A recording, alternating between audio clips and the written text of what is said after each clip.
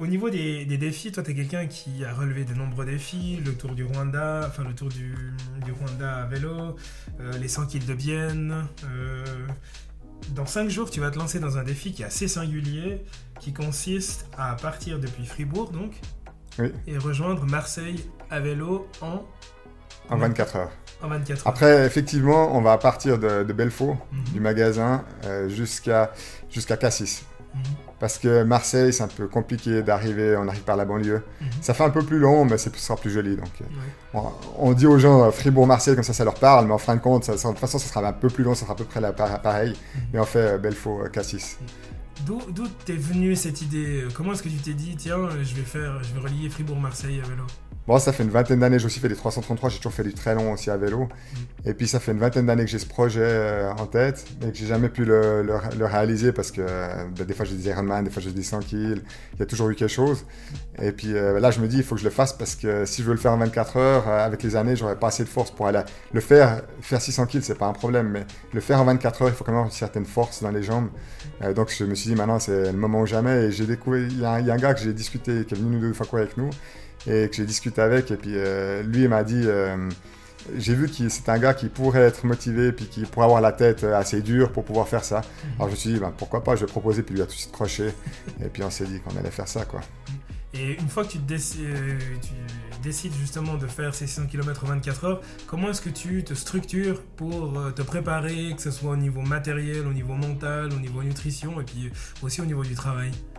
Ouais, il y a beaucoup de choses. Bon, il y a aussi 4000 mètres de dénivelé positif, hein. Ça faut pas les oublier sur les 600 kg. Voilà. Et puis le gros problème aussi, c'est les traversées de ville, hein, parce qu'on perd beaucoup de temps. On a 4 grandes villes à traverser, donc ça, on va perdre pas mal de temps.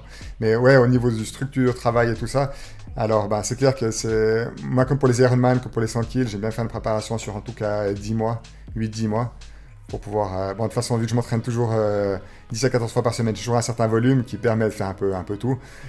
Mais là, c'est clair que j'ai axé un peu plus sur le vélo.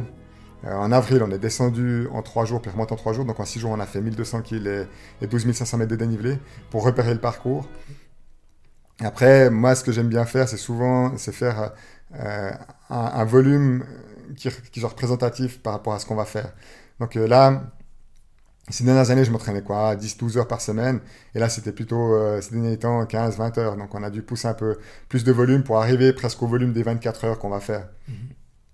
Mais après, c'est clair que tout va compter. Là, moi, je vais prendre 2 vélos avec, je vais prendre 3 paires de roues.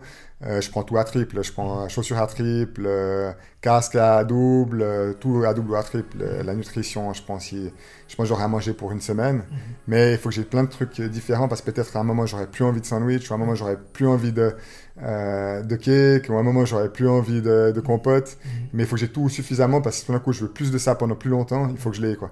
Je vais prendre aussi du coca, il faut prendre plein de... Parce que pendant 24 heures, on a des moments hauts, des moments bas, et puis on a des envies de ci ou des envies de ça, donc il y a beaucoup de choses qui se passent, et puis c'est aussi beaucoup mental, donc il faut pouvoir combler à ces petites envies ou ces petits trucs pour que le mental puisse rester positif, et puis aller de l'avant et finir, quoi. Ça fait une sacrée infrastructure, donc j'imagine qu'il y a quelqu'un qui va vous accompagner en voiture, une camionnette, comment ça se passe? Oui, on a Christophe et Grégoire, justement, qui courent aussi avec moi, puis qui sont signés au triathlon, tout ça, qui courent avec nous. J'aurais demandé, puis tout de suite ils ont dit oui. Donc c'est des personnes de confiance, donc je me réjouis de pouvoir faire avec eux. Je sais que je peux compter sur eux, puis qu'ils vont tout faire pour que tout se passe bien. Et puis vu qu'ils pratiquent, ils comprennent aussi ce qui va se passer. Pour eux, ça sera aussi une expérience parce qu'ils n'auront pas vu quelque chose de 24 heures. Moi, le premier aussi, parce que je maîtrise tous les efforts jusqu'à 10 heures, mais plus, j'ai jamais vraiment fait. Je me connais très très bien, mais après, voilà, tout peut arriver sur 24 heures. C'est quoi les difficultés que tu as anticipées sur le parcours? Alors, tu as parlé des villes, de la circulation du trafic, effectivement, il va falloir éviter les gens, mais au niveau du parcours, c'est quoi? C'est où est-ce que tu penses que ça va être le plus compliqué? Bon, on va commencer par la nuit, parce que on connaît assez bien, vu qu'on est sur Suisse. Et puis après, les difficultés, c'est surtout, je dirais, jusqu'à la Croix-Haute. La Croix-Haute, ça a mis 300 mètres d'altitude. Donc Grenoble, depuis Genève, déjà même jusqu'à Genève, il y a encore 2-3 petites bosses, mais on a la bosse vers ce temps. Mais c'est surtout à partir de Genève, là on commence à monter, et puis on fait des en haut, en bas. Là, ce sera plus compliqué. Après, une fois qu'on arrive à la Croix-Haute, on a 50 km qui descendent sur Sisteron. Après, on a un peu de plat, on arrive à peu près au Castellet, puis après ça redescend encore vers Aubagne. Ouais, moi, bon, monter, vu que l'autre personne, elle a, il est un peu plus lourd que moi, donc c'est plus facile pour moi les montées, donc je me repose en montée. Donc pour moi, j'avais aimé les montées parce que c'est où je vais me détendre et puis me récupérer. À l'inverse de lui, quoi. Et sur les plats, là, il faudra que je donne plus. Donc, ouais, pour moi, les difficultés, c'est surtout la durée et puis comment on va réagir. Ce qui peut être difficile, c'est le vent. Quand on est remonté, on a eu 120 km le vent de face.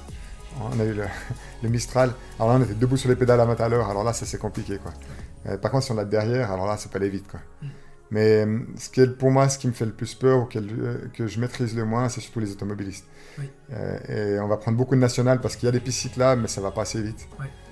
On perd trop de temps parce qu'il faut vraiment quand même rouler en tout cas à 35 au plat pour pouvoir y arriver, pour pouvoir faire 29, 30 de moyenne. Parce qu'il y a aussi les pauses, on doit prendre des pauses. Pour pouvoir se changer, ou pour pouvoir aller aux toilettes, ou pour choper un sandwich. On va essayer de diminuer les pauses le minimum au maximum, mais on doit quand même en faire. Donc, mais le problème, c'est justement, ces nationales, là, ça circule tout le temps et ils n'ont pas de patience, ça veut dire qu'ils vous frôlent. Donc il faut être concentré tout le long. Donc c'est plus fatigant que l'effort, la concentration qu'il faut avoir avec les automobilistes. Donc c'est ça qui est le plus compliqué. Et puis il y aura l'aspect aussi, c'est que là on arrive, il fait chaud. Donc je pense les heures à partir de 10h, quand on va descendre, on sera dans le sud déjà, de 10h à 7h le soir, là j'ai un peu... Moi pour finir, j'ai peut-être mal géré, on aurait dû partir plutôt ici, plutôt vers les midi que vers les 7h.